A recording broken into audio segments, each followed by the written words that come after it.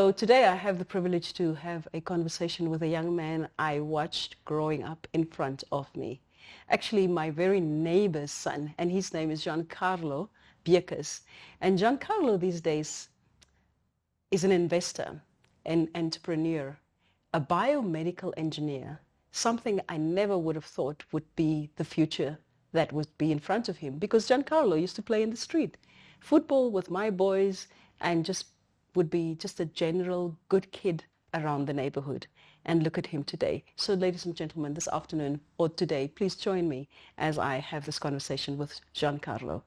For the benefit of those who are listening to us and watching us, just maybe tell me a little bit about your upbringing. Who are you? Where did you grow up? A little bit about that, and then we'll get into the gist of the conversation. Perfect. Hilda, thank you for the opportunity to speak. I'm truly humbled and to, I guess, talk a little bit about my journey.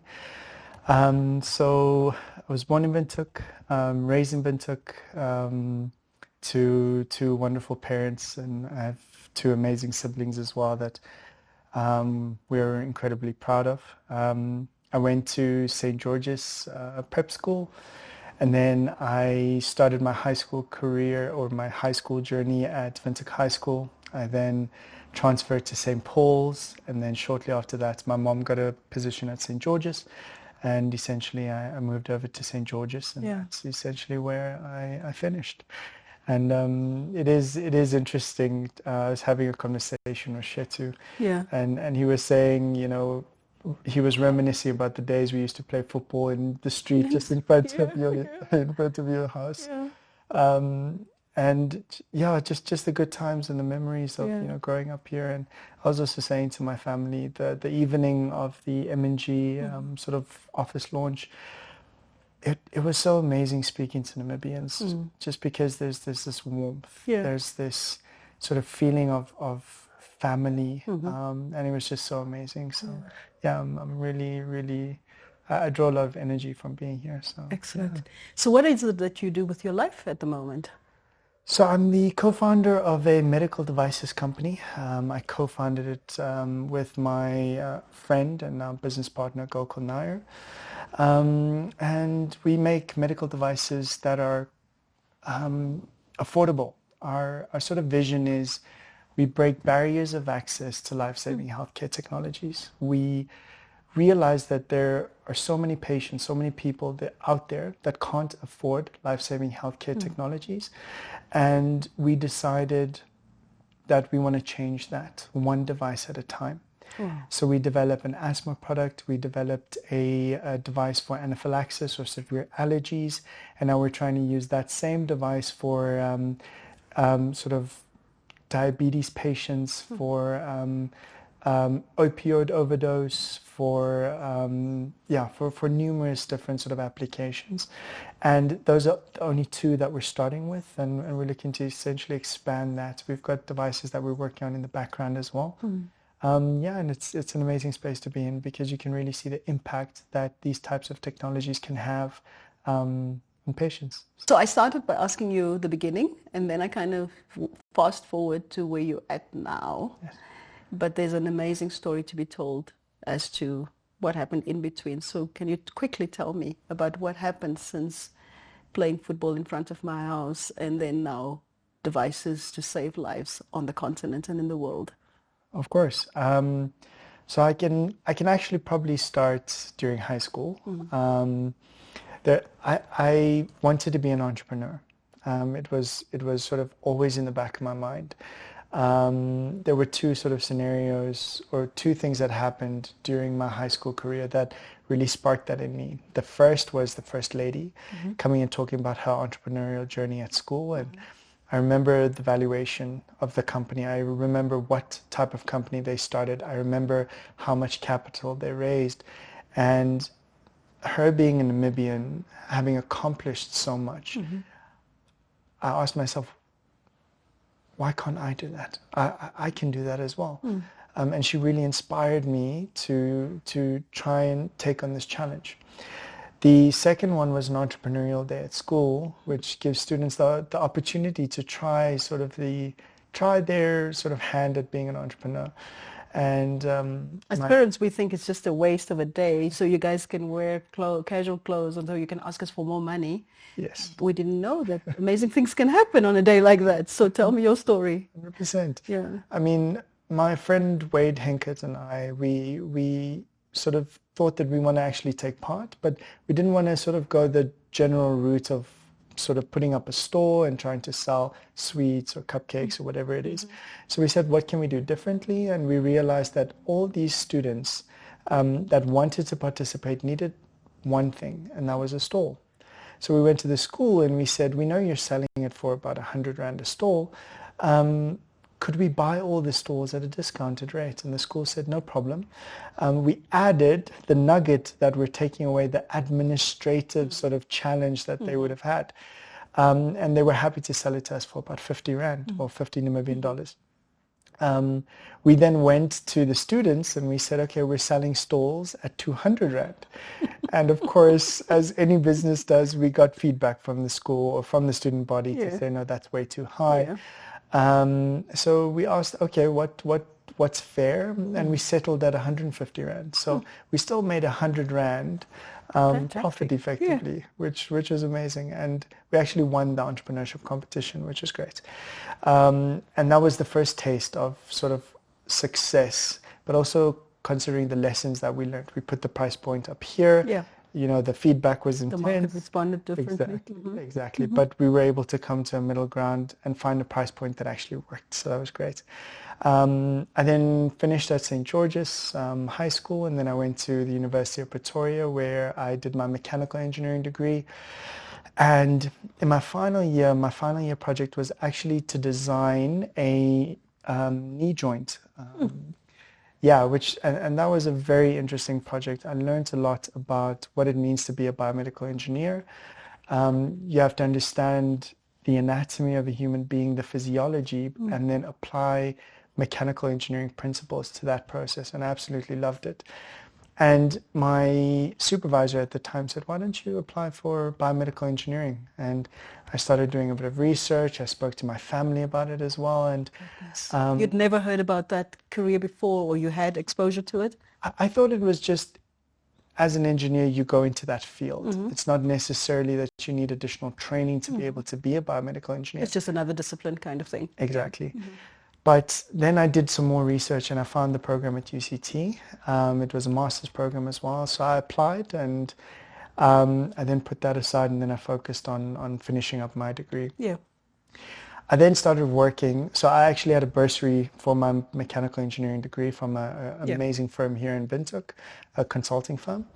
And when I finished my degree, I then started working there. And on the second day, I actually received my letter from the university saying, you've been accepted to do your master's.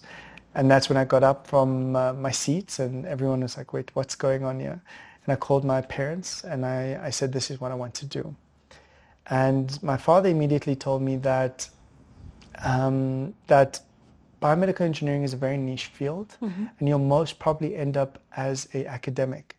And I was like, I understand that, but I have different plans. Yeah. So the next day, I walked into the HR manager's office and I was like, I'd like to resign, please. And he was incredibly shocked. In fact, he said, this has never happened to them as a company. Set a new record. It seems so. Because it was a well-paying position. Yeah. To walk out of varsity to being paid as much as I was and to be in such an amazing firm. Yeah. To walk away from that was, was quite something. But I was grateful to my parents for believing in me and for really backing me.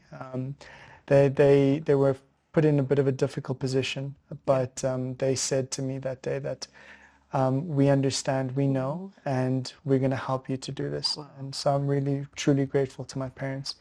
But I decided that day that I want to make a difference. I want to help save lives. And that's what I'm doing. And I knew that if I stayed at the firm, I would not be able to do what I wanted to do. I would not be able to achieve that goal. So I went to biomedical engineering at UCT, developed a number of devices, invented a number of devices, including our Easy Squeezy asthma inhaler, which our company is now commercializing as well. We developed a reloadable adrenaline auto-injector, as I mentioned previously.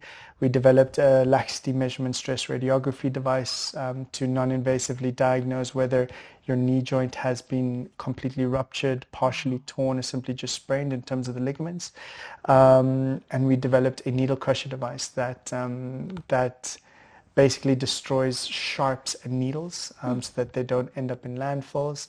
And that technology was then essentially given to Nigerian institutions and the Nigerian government to try and roll out in rural clinics there, which is really cool.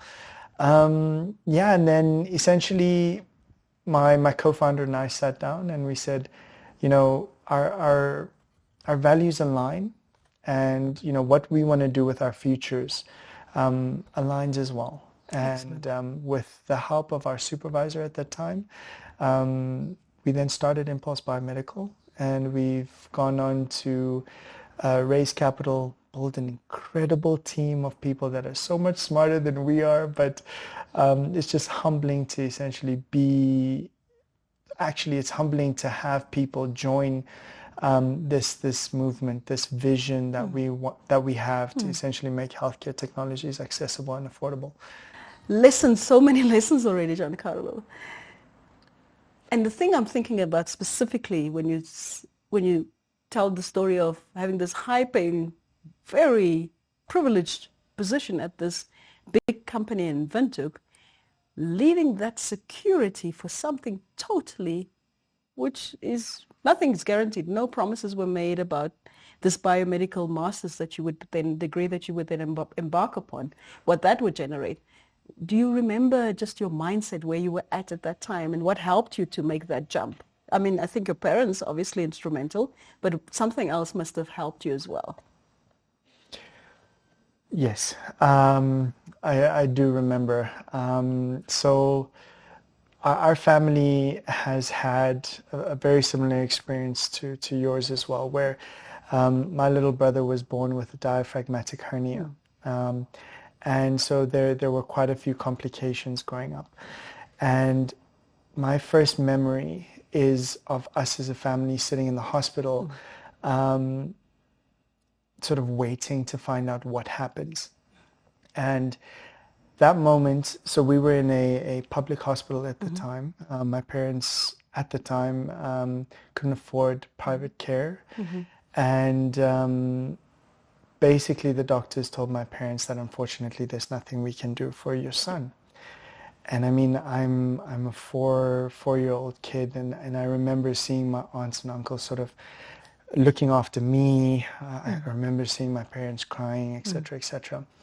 And that is, and fortunately for us, my brother made it, and we're again so proud. He's now an attorney in Windhoek, and it sort of brings warmth to my heart. But I remember that day, and it's something it's sat with our family for a very long time, is that I never want anyone to have to go through what my parents went through, where you can't afford sort of, you know, the healthcare that's you know, going to improve your chances. So having access to life-saving healthcare technologies, I think it should be, and my co-founder and I, this is where we align, it should be a human right to be able to get access to that. And those are the things that really drove me through the initial stages of, and in fact, even till this day, is making sure that people can access those technologies, and that they never have to feel the way that, you know, I mean, if someone tells you, unfortunately, there's nothing we can do for your child, that is one of the deepest pains anyone can feel. Absolutely. So that was a big motivator for me. Yeah. Then you keep speaking about values. Yes. Your partner and yourself, you had synergy, agreement on values. Why is that important? Why was that important for you? I think when choosing a partner, not only in life but in business, I mean, I spend more time with my co-founder than I do my wife. Exactly. And when you're setting up and building a business, you build it on a foundation of values. And when you bring people on board, the first thing that we do is to essentially see whether or not those team members align with our values. We as a company are focused not on making profits. I mean, of course, we want our business to be sustainable. but we are focused on the patient, on the child that needs the device. And that's why values are so important. It's fundamentally your why. Simon Sinek says, starting with why, right? And Angela Duckworth writes about it. Everyone writes about starting with your why and sort of what are your intrinsic versus extrinsic motivators, etc. And that's why it's so important. It's because when you spend more time with these people than you do your loved ones, in a sense, but you're building a business to do something specific. And if everyone doesn't align with that vision, then you might not be as successful as you want to be. I think the CEO of McKinsey Africa, I might be getting his title wrong, but he's the head of McKinsey Africa. We were at a conference at London Business School a couple of years ago, and he said, we should all be focusing on one thing, doing well by doing good.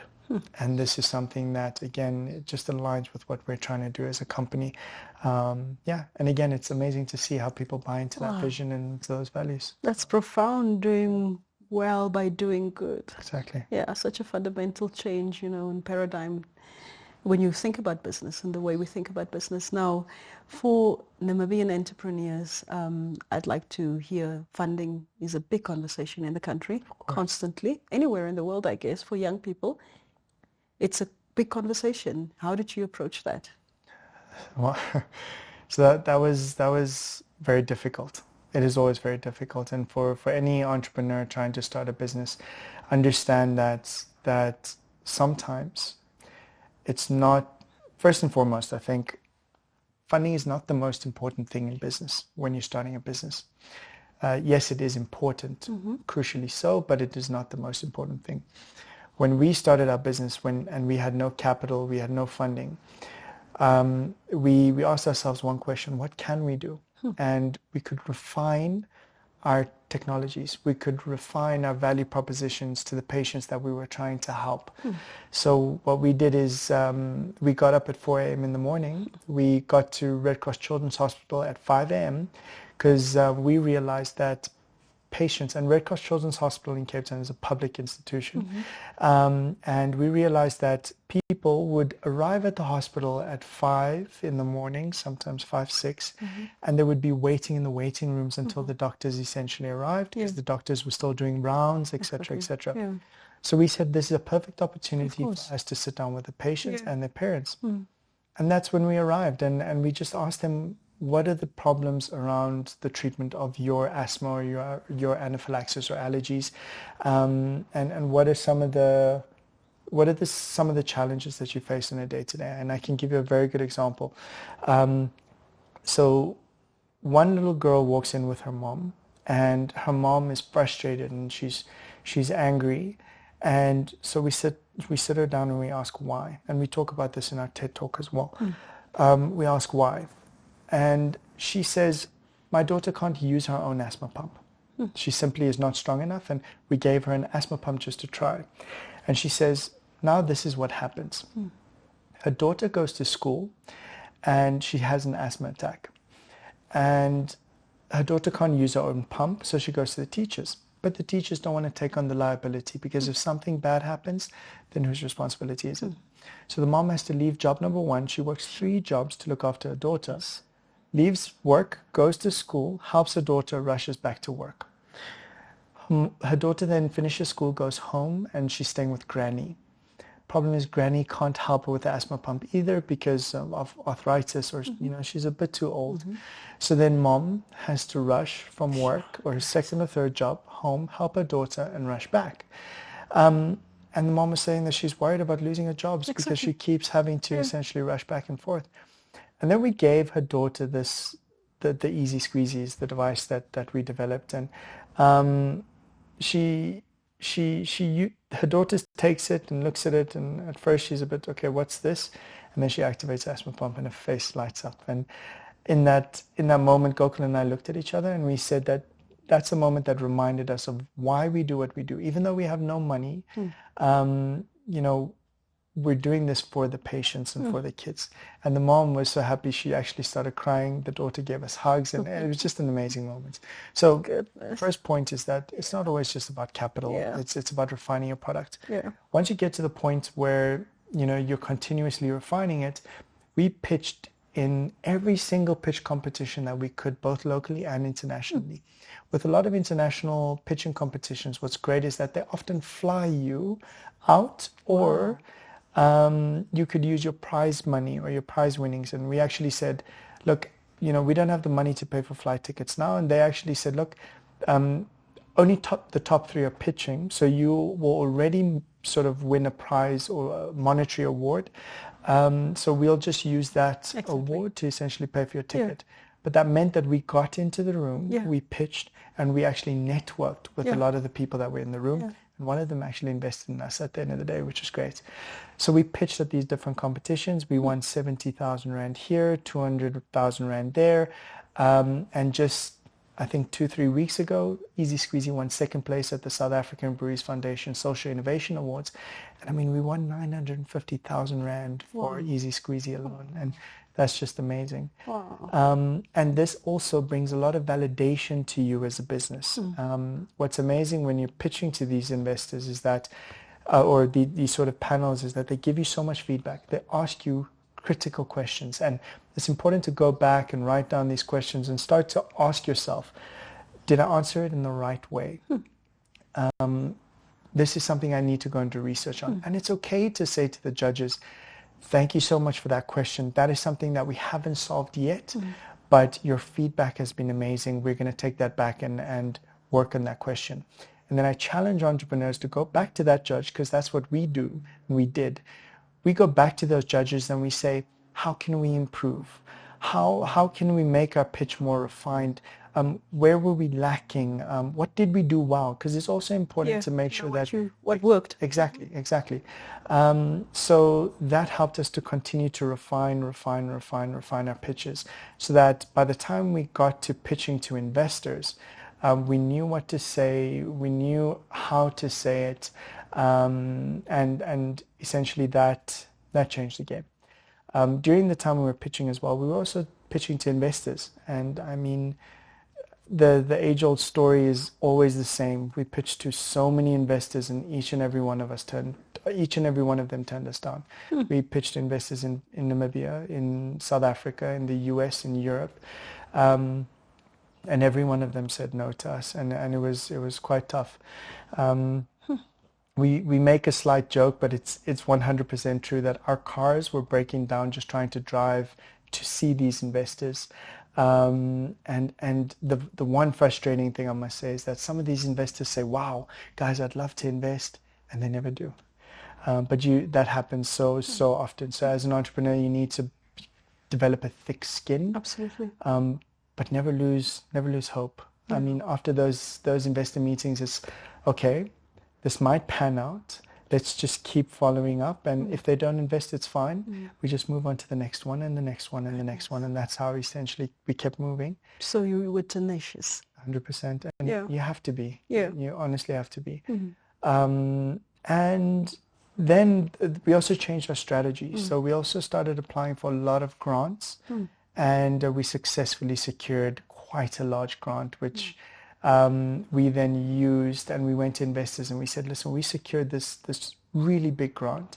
Can you guys come on board? Yeah. Because we've de-risked almost like matching it. Yeah. Exactly. Yeah. De-risked it. Of course, you've de-risked now. Exactly. Yeah. And investors were keen and they were intrigued. Wow. And essentially then we brought on amazing investors, including Launch Africa, they're the most active venture capital firm on the continent. We have a sort of angel group called Pegasus, who are surgeons, CEOs, chief investment officers that invested in us. The University of Cape Town invested in us as well. The University Technology Fund, Future Growth, which is Future Growth Asset Management, which is Old Mutual. We were their first pre-revenue business that they've invested in. So it always looks, when these articles come out, it always looks like it's an overnight Yeah, success. that's right. Yeah, But yeah, it was an absolute journey to yeah, get to that yeah. point. Because the other evening when you were talking at the M&G event, you were speaking about your girlfriend earning $8,000, I think I remember, and your rent being 6,000 of that. Correct. And the stuff you had to do just to compensate, or to just to help the bill for the month. You drove people to the airport and stuff like that. Maybe you want to tell us about all the other extra stuff you did just to help the budget going forward for life. Correct. Yeah. So, yeah, so I mean, Gokul was living on his brother's couch. Imagine. I moved in with my girlfriend Yeah. now, my wife. Yeah. And as you said, she was earning 8. We paid 6,000 in rent, so we basically had 2,000 rent to live. Goodness. Many months we had no income whatsoever, apart from her salary. Yeah. But Gokul and I tried where possible to transport students around. So especially from Ray's or university to the airport, we did a lot of those. We walked people's dogs. We looked after people's houses. We tutored a little bit at the university. The university tried to help and support where they could. They hadn't established a fund yet. So they were like, okay, maybe we can see how we can support and we can help. And we did that for a very long time, just trying to bring in 2,000, 3,000, 4,000 Rand every month, because even just that little bit helped. It's actually funny, I was thinking about it the other day. My parents didn't know that we were struggling that much. Well done for not telling, especially your mother. 100%. Yes, because mothers, it's different. Our kids cannot suffer. Exactly. Exactly. Yeah. But the day they found out was actually the day that I went to my mother-in-law and asked for my wife's hand in marriage. Yeah. Because she asked me, why has it taken you so long to propose? Yeah. And I simply just said that, this is what was happening. And I wanted to be the husband that my wife deserved. Yeah. And the day that I was able to confidently say, I can be that, was the day that I proposed to my wife. And I said, okay, no, and now we're happily married. Excellent. Excellent. Fantastic. So it's been a journey. Yeah. No, great stuff. Where are you at right now? What are the plans that you guys have at Impulse Biomedic? So we're at a very exciting sort of time in the journey. We're now raising our next round of capital, and it's going to be the biggest round that we've raised so far. So yeah, it's very exciting. And raising capital for you, what does that mean? It doesn't mean presenting a balance sheet to the bank. Is that some of it? No, so we're still pre-revenue. Yeah, so you're pre-revenue. Yes, okay. so it's equity-based finance that we're that you're looking for. Yeah. We can't service a loan. Yeah. So for us, it makes more sense to essentially raise People shouldn't call you and ask you for money because you ain't got nothing. Basically. But we're raising equity-based finance from venture capitalists and angels and that sort of thing. And we're raising about $3 million, which is, again, the biggest amount of money we've essentially raised thus far. Yeah, so that's essentially what we refer to when we talk about capital raise, and we're trying to raise it by early next year. That's sort of the target.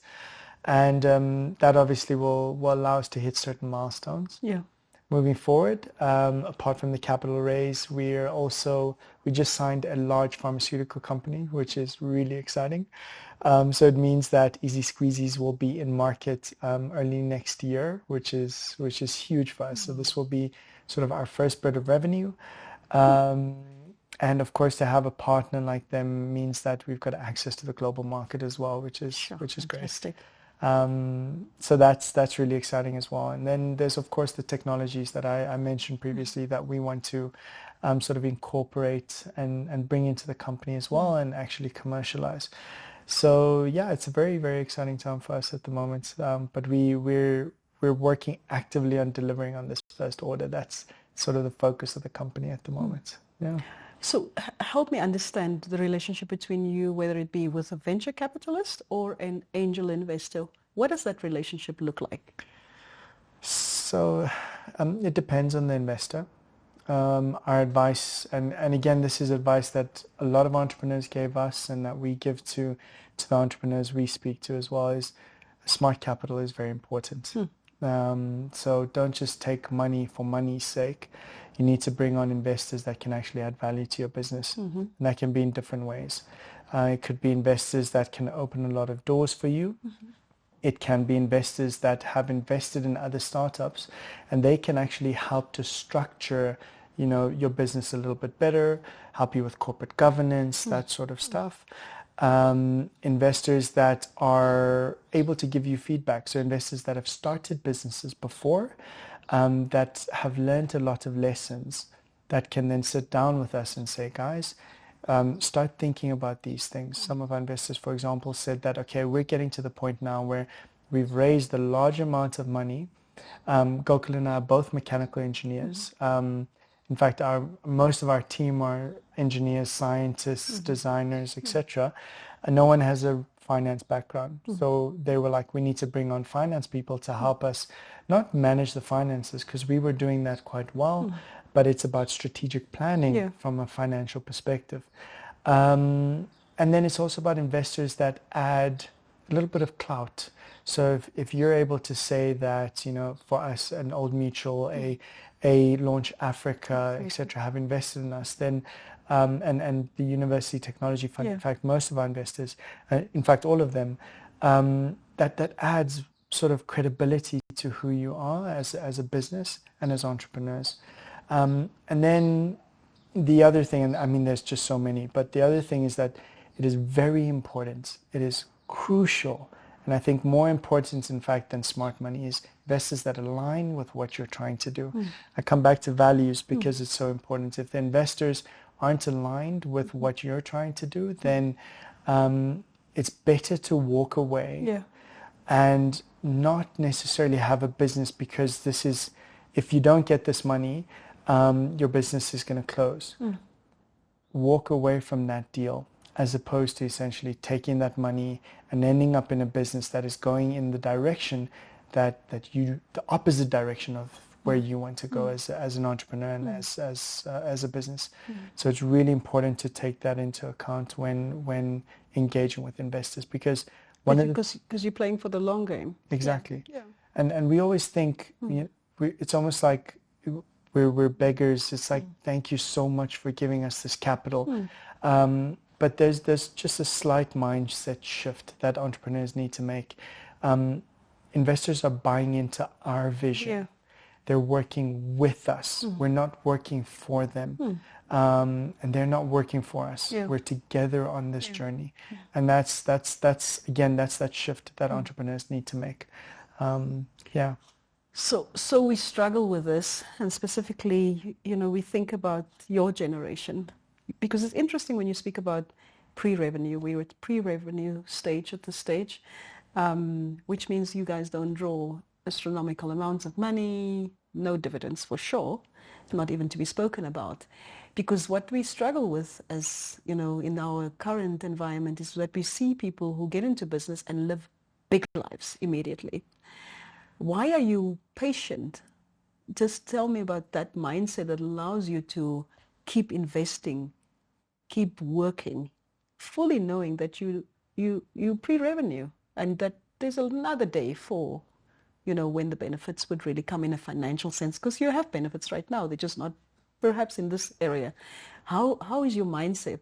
How is your mindset programmed or made up so that you are able to trade off immediate benefit, for future gain? It's a really great question. We're still 100% committed to our vision as a company. Again, to make healthcare technologies accessible to people. And that has never changed. As founders, we'd been earning way less than our team members were earning. Because again, for us, it's about the vision and what we're trying to do. Have we gotten our technologies into the hands of 100 million people around the world? No, we haven't. So, we need to keep going. And even when we get to 100 million, have we done 500 million? No, we haven't. So let's keep going. To impact as many lives as we possibly can is what we're trying to do, and that keeps us grounded. I think again it speaks to our values as people, and the two of us aligning on that. And we're not chasing the money. We're not interested in driving fancy cars. The car that was breaking down on the way to investor meetings, I still drive that car. And that same car broke down 4 weeks ago on the way to essentially meeting a pharmaceutical partner. Yeah. So, again, it just speaks to it speaks to, I guess, who we are, what we're trying to do. And that's a vision worth buying into, Obviously, from my perspective, I'd like to buy into something or a company that I know where the money will be spent. It's aligned to the vision, It's not aligned to other stuff, Exactly. Yeah. And our investors and other entrepreneurs, in fact, Mr. Buekes, who is the founder, he's a fellow Harambean and the founder of companies like Andela and Flutterwave, who are the African unicorns, or some of them. He actually sort of did a talk once, and he said that we shouldn't be looking at salaries. Salaries are, they're heavily taxed, and what does a salary really mean? As founders, when we look at ourselves in terms of building a life for our families, etc., the dividends will essentially cover that. So don't worry about making an income. Just make sure you're fine. Yeah. Make sure you're not worried about keeping the lights on. Yeah. And make sure that your family is fine as well. That's really important. Once you take away that weight, that's right, then that allows you to focus on your business. But you don't need to be earning enough to essentially buy a Mercedes Benz or whatever it is. That will come later. Focus on what you're trying to do. But I think Gokul and I sometimes take it a bit too far. Yeah. 4 weeks ago. Exactly. A bit radical, our team sat us down and they're like, guys, come on now. This is a bit much. But again, it just speaks to us as people. Are you looking for Namibian investors, and how can they get involved with you? So yes, we're actively looking for investors, both locally and internationally. Our information is on our website, impulsebiomed.com. We're revamping it, so it will be changing soon so that you can see all the technologies, our team, etc. But yes, if there is anyone interested, they can just get hold of us through that. Otherwise, sending me an email at jeancarlo@impulsebiomed.com. But I think on the other side as well is that we're all about servant leadership. It's one of the things that Harambe and the Harambe Entrepreneur Alliance sort of focuses on as well, is to give back to the community, and if there are entrepreneurs that are looking for advice, input, we're always here to help and to just try and give our 2 cents. And just as we conclude, tell me a little bit about this Harambe Entrepreneurial Alliance. Just as we conclude, what is it? You're a recipient, I think, of it, or a member of it. I'm not sure how it works, but tell us about that just quickly before we close. Sure. So I'm humbled again to say that I'm the first Namibian Harambean. You do apply to become a Harambean or part of the alliance. It is a group of over 300 entrepreneurs across the continent, and it's really about, as the name suggests, us coming together to essentially build Africa into the powerhouse, into the continent that we believe it should be. And I'm very fortunate to know some of my fellow Harambeans that have started these multi-billion-dollar companies, that are doing such incredible work on the ground, raising funds for female-led businesses, which is also something that's really needed on the continent and in the world as well. And again, it's just all of us coming together. We meet at different events. We meet sort of outside of the formal events, and we exchange contacts. We exchange experiences and lessons that we've learned. And what the Alliance has done, Mr. Kendall Lewis Gale is the chairman of the Alliance, and what he's done is he's put all these lessons from all of us as Harambeans together into a lab that allows you to essentially access some of these sort of, again, lessons. And the idea is that our hindsight the lessons we've learned becomes your foresight, and you're able to access that information, etc. So we do encourage young entrepreneurs to apply to be Harambeans, and become part of that network, because we really are passionate about our countries, but the continent as well, because we see so much value. I mean, Africa is going to be a third of the global population by the year 2100. So we need to be prepared for that. And again, we can be this powerhouse, and that's the vision that we all have. So, yeah. So this kid from Windhoek decides that this is what he wants to do with his life. Yes. And that it's possible. 100%. Wow. And I believe that anyone can do it. I again, the same way that our First Lady stood in front of me, and I had that same thought. Understand it's not an easy journey, and often it's glorified, but know that it is tough. But the lessons that you learned will take you through all those difficult challenges.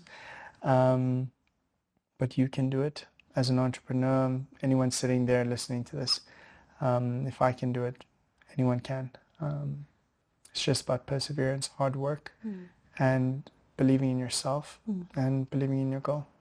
And again, as a community, as government, friends, family, as the private sector, everyone, we need to come together to try and support and help these young entrepreneurs. We're still on our journey. We're not successful in any way, but we've achieved a lot. We've learned a lot of lessons, and Gokul and I are giving back as well. We've been fortunate to be able to give bursaries to master's level students as well, to again try and give back. We're mentors for the Alan Gray Orbis Foundation as well.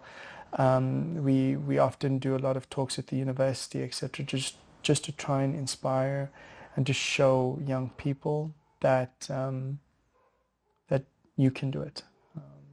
If we can, you can.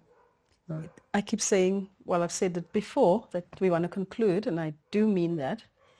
But you said something about success, and I want to know, what does success mean for you? What does it look like for you? What would you say? When would you feel like, okay, even if in measure, I've been successful?